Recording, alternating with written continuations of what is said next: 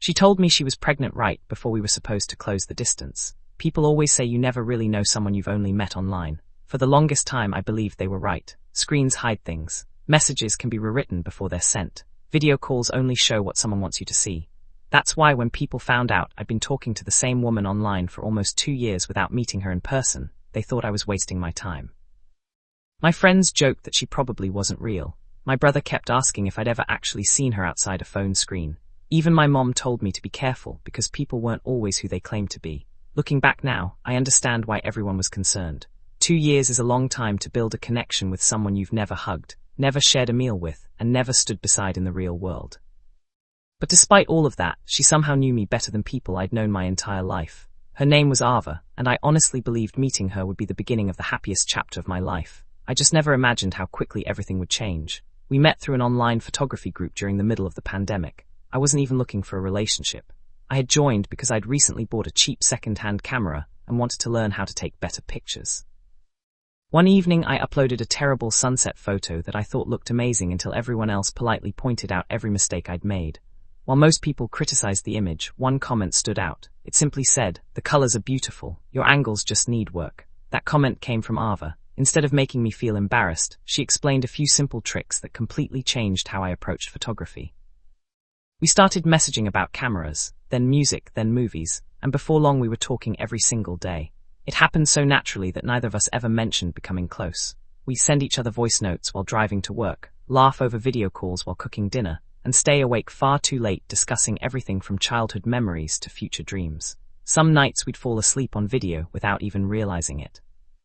She lived nearly 1,000 kilometers away, which made meeting difficult.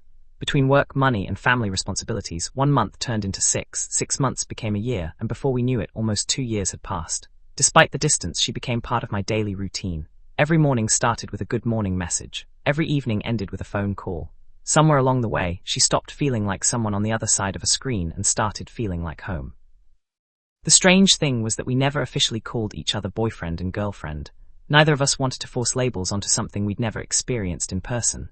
We both agreed that we'd decide what we were after finally meeting face to face. Still, everyone around us already assumed we were together. My co-workers knew her name. My parents had spoken to her during video calls. She'd even helped my younger sister choose a birthday gift for me without ever setting foot in our house. It was one of those connections that felt impossible to explain to people who hadn't experienced it themselves. As the second anniversary of our first conversation approached, I decided I was done waiting. I requested a week off work, booked a hotel in her city, and bought a plane ticket without telling her. I wanted it to be a surprise. The only person who knew was my best friend Ethan, who thought I was either incredibly romantic or completely insane.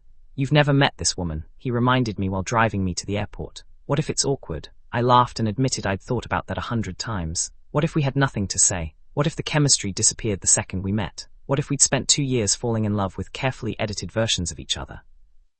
Every fear imaginable crossed my mind while I waited to board that plane. Even so, I'd rather risk disappointment than spend the rest of my life wondering what could have been. When my flight landed, my hands were shaking. I sent her a simple message asking if she wanted to grab coffee after work because I had something exciting to tell her. She agreed, completely unaware that I was already in her city.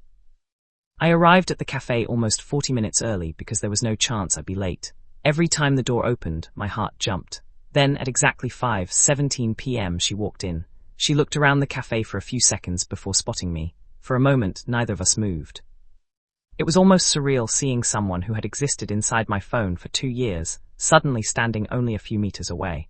Then she smiled. Not the polite smile people give strangers. The smile I'd seen hundreds of times through a screen. She dropped her handbag, ran across the cafe, and wrapped her arms around me before I could even stand up. Neither of us said anything for several seconds. We just laughed because the moment felt too unreal for words. When she finally stepped back, the first thing she said was, "You're actually taller than I thought." I laughed and replied, "You're shorter than I imagined." We both burst into laughter, instantly breaking every bit of awkwardness we'd worried about. That evening turned into one of the happiest nights of my life. We walked around the city for hours, trying restaurants we'd only ever talked about, taking photos together, and laughing over how strange it felt not needing a phone between us anymore. Everything was easier than I'd imagined. The conversations flowed naturally. The silences weren't uncomfortable. It genuinely felt like we'd known each other forever. At one point she looked at me while we were sitting by the river and quietly admitted she'd been terrified that meeting in person would ruin everything we'd built online. I smiled and told her I'd been afraid of exactly the same thing. Instead, it felt like we'd simply continued a conversation we'd started 2 years earlier. Over the next week, we spent every possible moment together. She showed me her favorite bookstores, introduced me to the little bakery she'd visited since childhood, and even convinced me to try foods I'd spent years insisting I hated. By the 4th day, we weren't acting like two people meeting for the first time anymore. We looked like a couple that had been together for years. On my final evening before flying home, we sat on a quiet hill overlooking the city lights. The conversation became unusually serious. I don't want to go back to just phone calls, I admitted. She nodded slowly. Neither do I. For the first time since we'd met, I reached over and held her hand. She squeezed it gently. Then she looked at me and asked the question I'd secretly been hoping to hear. So what are we now? I smiled. I think we've been together for a long time. We just finally caught up. She laughed before leaning her head against my shoulder. That night, we officially became a couple. As my plane took off the next morning, I wasn't sad anymore because we already had a plan. We'd save money, take turns visiting each other every month, and eventually close the distance for good. It wasn't going to happen overnight, but for the first time in years, the future felt clear. What neither of us realized was that life had its own timeline. And less than a year later, one unexpected phone call would change both of our lives forever. The months after that trip became the happiest I'd experienced in years.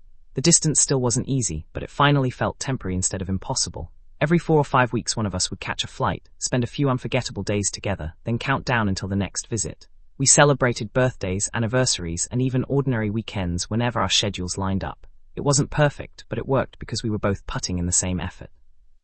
Every goodbye at the airport hurt, but every reunion reminded us why it was worth it. We even started talking seriously about closing the distance. Ava's company had an office in my city, and she planned to apply for a transfer before the end of the year. We spent hours looking at apartments online, arguing playfully over whether we wanted a balcony or a bigger kitchen. For the first time, our future didn't feel like a dream anymore. It felt like something we were actively building together. About 8 months after we officially became a couple, I flew to see her again. That weekend felt different from the moment I arrived. She seemed distracted, not distant, just quieter than usual. She'd catch herself staring into space before smiling and pretending everything was fine. At first, I assumed she was stressed because work had become unusually busy. Every time I asked if something was wrong, she'd simply tell me she was tired. I believed her because there had never been a reason not to. Still, I couldn't shake the feeling that she was carrying something she didn't know how to say. The last evening before I flew home, we sat on the balcony of her apartment watching the city lights. She kept opening her mouth as if she wanted to tell me something before changing her mind. Eventually I joked, "You're making me nervous." She laughed softly but didn't answer. Instead, she hugged me tighter than usual before I left the next morning. Looking back, I realized she was trying to find the courage to tell me the truth. She just couldn't bring herself to do it face to face. 3 days after I returned home, my phone rang during lunch break. It was Ava. Normally she'd send a message first asking if I was busy, but this time she called without warning. The moment I answered, I knew something was different. Her voice was shaky. "Are you somewhere you can talk?" My stomach dropped. I walked outside and sat on a bench behind my office. "What happened?" There was a long silence. Then she whispered, "I'm pregnant."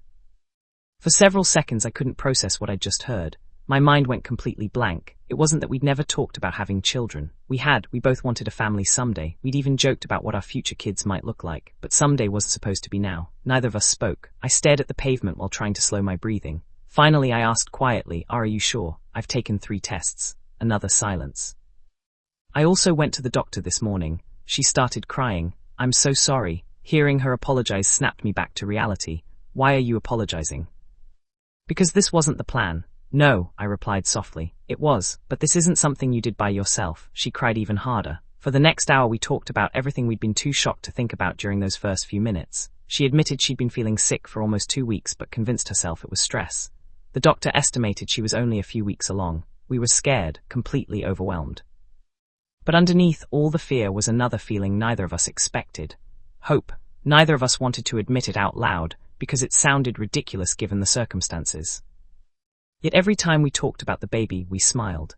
That evening I sat alone in my apartment making lists on a notepad. Flights, finances, apartments, career options. The future we'd planned over the next 2 years suddenly needed to happen in a matter of months. The following weekend I flew back to see her. The moment she opened the apartment door, she burst into tears again. This time I simply wrapped my arms around her and held her until she stopped crying. Neither of us knew exactly what came next, but we both knew we were going to face it together. The next several days were filled with doctor appointments, paperwork and long conversations that neither of us ever imagined having so early in our relationship.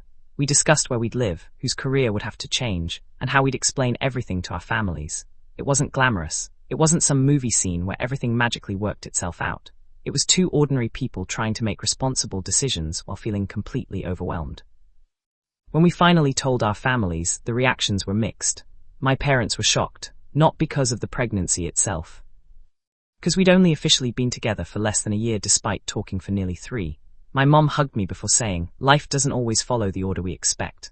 My dad smiled awkwardly and added, "Well, I guess I'm becoming a grandfather sooner than I thought." Ava's parents needed a little longer to process everything. Her father asked difficult questions. What about work? Where are you going to live? Who's moving? They weren't trying to be cruel. They were worried, honestly. So were we. A week later, I requested a meeting with my manager. I explained everything and asked whether transferring to our company's regional office near Ava was possible. He surprised me. Instead of saying no, he leaned back in his chair and said, "You've been one of our best employees for years. I think we can make something work." I walked out of that office feeling lighter than I had in weeks. For the first time since the phone call, it felt like life was slowly coming back under control. 2 months later, I packed everything I owned into a moving truck. Friends asked if I was sure. Some thought I was moving too fast. Others warned me that leaving my hometown for someone I'd only recently met in person was risky. Maybe they were right, but I wasn't moving because I felt trapped. I was moving because I wanted to build a family. When I arrived in Ava's city for good, she met me outside the apartment building. She looked exhausted. Morning sickness had taken a toll on her, but the moment she saw me climbing out of the truck, she smiled exactly the same way she had the first time we met in that little cafe. For the first time, we weren't counting down until the next goodbye. We were finally living in the same city. It felt like every sacrifice had been worth it. Neither of us realized the biggest challenge of our relationship hadn't been the distance. It was only just beginning. The first few weeks of living together were nothing like the fantasy we'd imagined during all those late-night video calls. Instead of romantic dinners and spontaneous weekend adventures, our apartment was filled with unpacked boxes, baby books, doctor appointments, and a calendar that somehow became completely full overnight. Ava's morning sickness was relentless. Some mornings she couldn't even keep breakfast down, and there were days when the smell of coffee alone made her nauseous. I'd wake up before work to make her toast, only for her to apologize because she couldn't eat it. At first she felt guilty for depending on me so much, but I kept reminding her that we were a team now. That's what being together meant. Love isn't only about the exciting moments people post online. Sometimes love looks like sitting on a bathroom floor at 6 in the morning, holding someone's hand while they cry because they're exhausted and scared. Those moments weren't glamorous, but they made our relationship stronger than any perfect date ever could. As the pregnancy progressed, reality started replacing fear. We heard the baby's heartbeat for the first time during one of the appointments, and neither of us spoke for almost a minute afterward. It was such a tiny sound, yet somehow it made everything feel real. Ava reached for my hand without taking her eyes off the monitor. I remember the doctor smiling at us before saying, "Congratulations. Everything looks healthy." The moment we stepped outside the clinic, Ava burst into tears. At first I thought something was wrong until she laughed through the tears and admitted they were happy tears. I hugged her in the middle of the parking lot while complete strangers walked past pretending not to notice. I didn't care. For the first time since that unexpected phone call, excitement had finally become stronger than fear. Of course, not everything was easy. Money became tighter than we expected. Barbies, it turns out, are expensive long before they're even born. Every shopping trip somehow ended with another list of things we'd forgotten we needed. A crib, a stroller, bottles, clothes the baby would probably outgrow within weeks. Some evenings we'd sit at the kitchen table surrounded by receipts, trying to stretch our budget as far as possible. There were moments when the pressure got to both of us. We argued about little things that didn't actually matter. I'd become frustrated after a stressful day at work. She'd become emotional because her hormones were all over the place. Every argument ended the same way. One of us would eventually laugh because we'd forgotten what we were even upset about in the first place. We weren't fighting each other. We were simply trying to adjust to a life that had changed much faster than either of us expected. One evening, while assembling the baby's crib, I completely attached one side backward without realizing it. After nearly 2 hours of struggling, I proudly announced that I was finished. Ava walked into the room, stared at the crib for about 5 seconds, and started laughing so hard she had to sit down. I looked at the instruction manual and realized I built the entire thing inside out. Instead of getting frustrated, we laughed until both of us had tears in our eyes. Looking back now, that broken crib became one of my favorite memories because it reminded us that perfection was never the goal. We were learning together, making mistakes together, and growing together. Around the 7th month of the pregnancy, my phone rang while I was at work. It was Ava. Her voice sounded unusually calm, which somehow scared me even more. She simply said, "I think you should come home." I didn't ask questions. I grabbed my keys and drove faster than I probably should have. Thankfully, everything turned out to be fine. The doctor explained she was experiencing early contractions caused by stress and told her to slow down. Hearing those words terrified both of us. From that day forward, I became even more protective. I started working from home whenever possible and took over almost every household responsibility. Ava kept insisting she wasn't made of glass, but I couldn't help worrying. When you've waited so long for something you already love, every little scare feels enormous. A month later, while we were finishing dinner, Ava looked at me and quietly asked, "Do you ever regret all of this?" The question caught me completely off guard. I put my fork down and asked why she'd even think that. She admitted she'd been feeling guilty ever since finding out she was pregnant. She worried that she'd ruined our plans, forced me to leave my family, and changed my life before I was ready. I walked over, knelt beside her chair, and placed my hand on her growing belly. Then I smiled. I didn't move here because I had to. I moved because I chose you. And now, I choose both of you. She didn't say anything. She simply leaned forward and hugged me tighter than she ever had before. A few weeks later, at 3 o'clock in the morning, I woke up to Ava gently shaking my shoulder. She looked completely calm. "I think it's time." I shot out of bed so fast that I accidentally ran into the bedroom door trying to find my shoes. She actually laughed through a contraction while I panicked, grabbed the hospital bag, forgot the car keys, ran back upstairs to get them, and nearly left without my wallet. During the drive to the hospital, I kept asking every 30 seconds if she was okay. Eventually she laughed and said, "I'm the one having the baby, why do you look more terrified than I do?" After hours that felt like days, the doctor finally looked at me and smiled. "Congratulations. You have a beautiful baby girl." The room went completely quiet. Someone carefully placed our daughter into Ava's arms. She looked so tiny that I was almost afraid to touch her. When I finally held her for the first time, every stressful conversation, every flight, every goodbye at the airport, every sleepless night, every difficult decision suddenly made sense. She wrapped her tiny fingers around mine, and just like that, the entire world felt different. That evening, while Ava slept, I sat beside the hospital window holding our daughter against my chest. I thought back to the first message Ava had ever sent me in that photography group years earlier. Neither of us could have imagined that a simple comment about a badly taken sunset picture would eventually lead us here. Life has a strange way of connecting moments that seem completely unrelated until years later. Today, whenever people ask whether I was scared when I found out I was going to become a father so unexpectedly, I always tell them the truth. Absolutely, I was terrified, but fear isn't always a sign you're making the wrong decision. Sometimes it's a sign you're stepping into a future bigger than anything you've imagined. Meeting Ava changed my life. Becoming a father changed who I was. And if I could go back to that very first day we started talking online, I'd send that first message all over again. Life rarely follows the timeline you've planned. Sometimes the biggest surprises become the greatest blessings, not because they're easy, but because they help you become someone stronger than you ever thought possible. Don't let fear stop you from embracing the people who make your life meaningful.